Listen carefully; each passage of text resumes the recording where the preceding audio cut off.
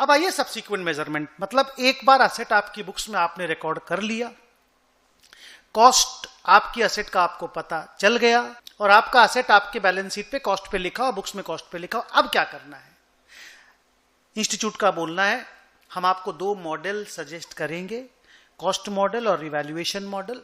Subsequently आपके पास option है, you can either follow cost model for subsequent measurement और you can adopt revaluation model for subsequent measurement. दोनों में से कोई भी ऑप्शन आप चूज कर सकते हो। ऐसा नहीं है कि असेट की क्वालिटी देख के आपको मॉडल सेलेक्ट करना है, नहीं, ये आपके ऊपर, आप डिसाइड करो जो मॉडल आपको अच्छा लगे आप वो मॉडल यूज कर लो। अब आप पूछोगे सर हम कुछ असेट के लिए कॉस्ट मॉडल, कुछ के लिए रिवैल्यूएशन मॉडल ले सकते? बिल्कुल ले सकते हो। सर सारी असेट को कॉस्ट मॉडल पे ले सकते? बिल्कुल ले सकते हो। सारे को रिवैल्यूएशन मॉडल में ला सकते? बिल्कुल ला सकते हो। लेकिन यह ध्यान रखना, अगर आप अलग अलग मॉडल का कहानी यूज करते हो ना, कुछ को कॉस्ट मॉडल कुछ को रिवैल्यूएशन मॉडल, तो एक ही फंडा याद रखना कि सेम क्लास ऑफ असेट पे सेम मॉडल यूज होना चाहिए। मतलब प्लांट एंड मशीनरी के लिए अगर कॉस्ट मॉडल है ना, तो हर plant and machinery cost model पे रहनी चाहिए। और लैंड एंड बिल्डिंग के लिए अगर रिवैल्यूएशन मॉडल है तो each land and building should be revaluation model. Sir ये मॉडल कहता क्या है? बस अभी पढ़ाएंगे ना थोड़ी देर के बाद में। आइए, मैंने लिखा है it is an option to be selected, माने कॉस्ट मॉडल और revaluation model is an option to be selected as an accounting policy. Different models can be used for different class of asset, no problem. Factory building और office building को दो अलग अलग class of asset माना जाता है और दो factory building at two different locations are not two different class of assets, ऐसा हमारी इंस्टीट्यूट का कहना है। So these are easy paragraph to understand. आइए अगला पॉइंट डिस्कस करते हैं, विच इज कि सब्सिक्वेंट मेजरमेंट अगर कोई एंटिटी कॉस्ट मॉडल पे मेजर करती है या करना चाहती है तो उसको क्या करना है? उसको सिंपल ये करना है कि असेट को कॉस्ट पे लिख के हर साल डेप्रीसिएशन अकाउंट फॉर करे और असेट से डेप्रीसिएशन को माइनस करे कॉस्ट से। और अगर कोई इंपेयरमेंट का अकाउंटिंग होता है, अभी आप पूछोगे इंपेयरमेंट क्या होता है, will be learning it in on a different day, अपने सिलेबस में अपन पढ़ेंगे। तो if we follow cost model our asset will be carried at cost less depreciation less impairment. Accumulated word क्यों यूज किया गया? क्योंकि यहां पे मैं कॉस्ट लिखा हूं, तो मान लो 10 साल पहले हमने 100 करोड़ में असेट को खरीदा था, आज तक कोई इंपेयरमेंट हुआ नहीं, 10 साल में डेप्रीसिएशन टोटल हर साल 2-2 करोड़ करके 20 करोड़ हुआ, तो 100 crore minus 20 crore 80 crore will be the WDV ना बेटा। तो इसीलिए एक्यूमुलेटेड वर्ड यूज हुआ, you know what is accumulated का मतलब। और सर अगर रिवैल्यूएशन मॉडल पे जाना है तो, और एक बात बोलना था कि कॉस्ट मॉडल ना आप लोग शुरू से जानते हो कॉस्ट मॉडल कैसा होता है। सो कॉस्ट मॉडल को लेकर के कोई झमेला नहीं है, that is how cost model works, cost less depreciation less impairment. Okay, now आइए डिस्कशन करते हैं रिवैल्यूएशन मॉडल। अगर कोई एंटिटी अपनी असेट को रिवैल्यूएशन मॉडल पे सब्सिक्वेंटली मेजर करना चाहती है तो असेट का कैरिंग अमाउंट कैसे निकलेगा, बैलेंस शीट में किस अमाउंट पे लिखेंगे? पैराग्राफ कहता है कि जो रिवैल्यूड अमाउंट है less subsequent depreciation less subsequent impairment. तो सर क्या रिवैल्यूड अमाउंट पे भी बाद में डेप्रीसिएशन देना पड़ता है, इंपेयरमेंट अकाउंटिंग करना पड़ता है? आंसर इज यस, बिल्कुल करना पड़ता है। कहानी ऐसे चलती है, खरीदे depreciation depreciation depreciation revaluation, depreciation depreciation depreciation revaluation, depreciation depreciation depreciation revaluation, ऐसे करके कहानी चलती है। मतलब रिवैल्यूड असेट का भी डेप्रीसिएशन होता है। सेकेंड पॉइंट आता है सर रिवैल्यूड अमाउंट निकलता कैसे? ए नंबर पैरा में लिख के दिया, आंसर इज मार्केट प्राइस से। आप असेट का मार्केट में दाम पता कर लो, that will be the revalued amount. और कई लोग इंडेक्स नंबर, जो इन्फ्लेशन इंडेक्स होता है ना, उसके हिसाब से भी असेट का रिवैल्यूड अमाउंट निकालते हैं, बट मेजॉरिटी में it is the market price.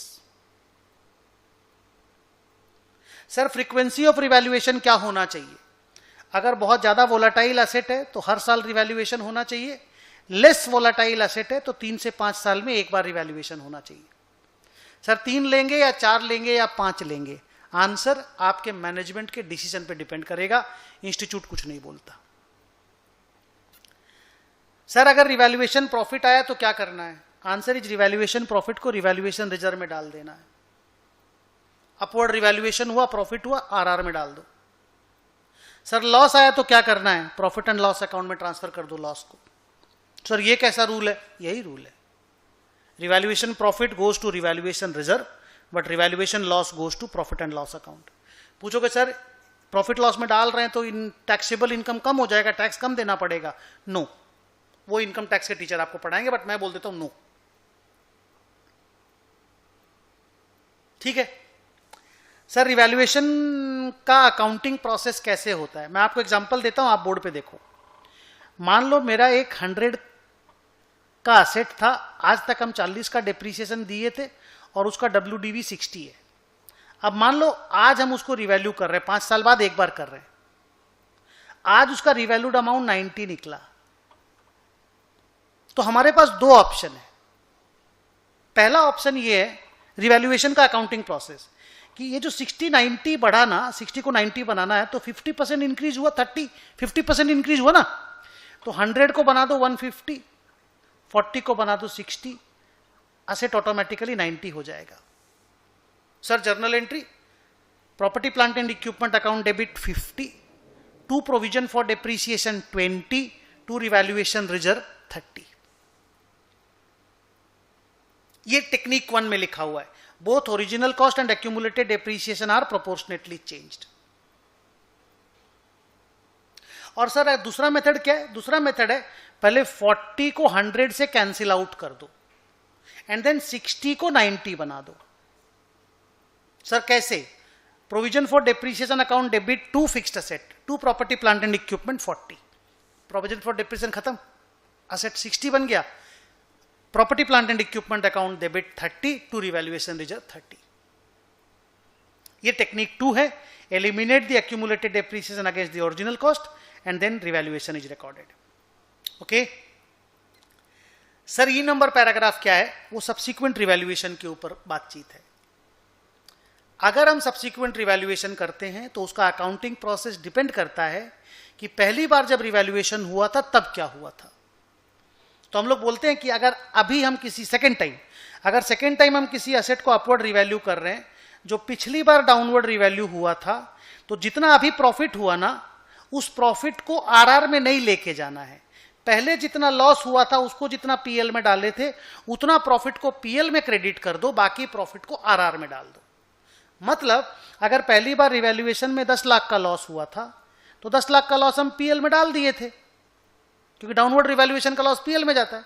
अभी अगर मेरा 12 लाख रुपए में रिवैल्यूएशन प्रॉफिट हो रहा है तो अब सेकंड टाइम में सेम असेट का, तो अप टू 10 लाख हम पीएल में क्रेडिट करेंगे और बाकी 2 लाख आरआर में डालेंगे। सेम चीज डाउनवर्ड रिवैल्यूएशन में भी होता है। अगर हम अभी किसी एसेट को डाउनवर्ड रिवैल्यू कर रहे हैं जो कि पहले अपवर्ड रिवैल्यू हुआ था, तो अभी जो लॉस हो रहा है पीएल में नहीं भेज के उसको आरआर से एडजस्ट करेंगे।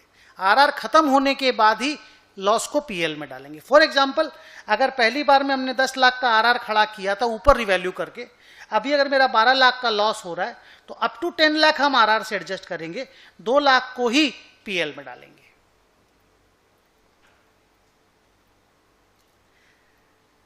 रिवैल्यूएशन मॉडल का लास्ट टॉपिक है कि सर रिवैल्यूएशन रिजर्व के साथ क्या करना है। सब्सिक्वेंट रिवैल्यूएशन में तो हमने समझा, ड्यूरिंग द ईयर या ड्यूरिंग द पीरियड या एवरी ईयर भी कुछ करना है क्या? मान लीजिए हमने एक एसेट को रिवैल्यू किया, हमने एसेट 100 की थी, हमने उस 100 की एसेट को मान लीजिए 150 बनाया, 50 का आरआर रिवैल्यूएशन रिजर्व खड़ा हो गया। अभी कुछ करना है क्या इसका? आपके पास ऑप्शन है, आप अगर चाहो ना तो 50 में से हर साल थोड़ा थोड़ा अमाउंट जो कि excess depreciation due to revaluation है उसको निकाल के रिटेन्ड अर्निंग में डाल सकते हो। पीएनएल में नहीं, रिटेन्ड अर्निंग। रिटेन्ड अर्निंग जानते होंगे किसको बोलते हैं? Reserve surplus. सर मतलब मान लो आपका 100 का एसेट था, आपने 150 बनाया, उसको रिवैल्यूएशन मॉडल पे रिवैल्यू किया, आरआर में 50 डाला। अब जब 100 का एसेट था तो आप 10 डेप्रीसिएशन देते थे, 150 का डेप्रीसिएशन, 150 का एसेट तो आप मान लो 15 डेप्रीसिएशन दे रहे हो, तो ये जो एक्सेस डेप्रीसिएशन 5 लाख नहीं है क्या? इतना अमाउंट 50 में से निकाल के रिटेन्ड अर्निंग में डाल दो। मतलब एक एंट्री मार दो, revaluation reserve account debit to retained earning 5 lakh रुपया, और ये काम आप हर साल कर सकते हो। सर अगर नहीं करने का मन हो तो कुछ मत करो, फिर डाउनवर्ड रिवैल्यूएशन का वेट करो, तब आरआर खत्म होएगा, या एसेट के बिकने का वेट करो, तब आरआर खत्म होएगा। और इन बिटवीन अगर आप कुछ करने का मन है तो आप ये कर सकते हो, ये ऑप्शन है।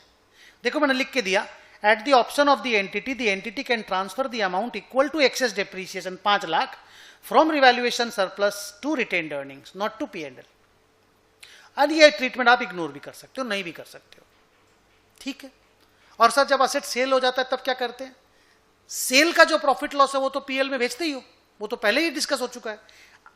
आरआर में जो बैलेंस बचा हुआ रहता है उसको सीधे रिटेन्ड अर्निंग में भेज देते हैं, बिकॉज एसेट बेचने के बाद रिवैल्यूएशन रिजर्व का कोई मीनिंग नहीं है, फिर उसको हम लोग सीधे रिटेन्ड अर्निंग में भेज देते हैं। माने एसेट बेचने का प्रॉफिट लॉस पीएल में चला गया और आरआर का बचा हुआ बैलेंस रिटेन्ड अर्निंग में चला गया।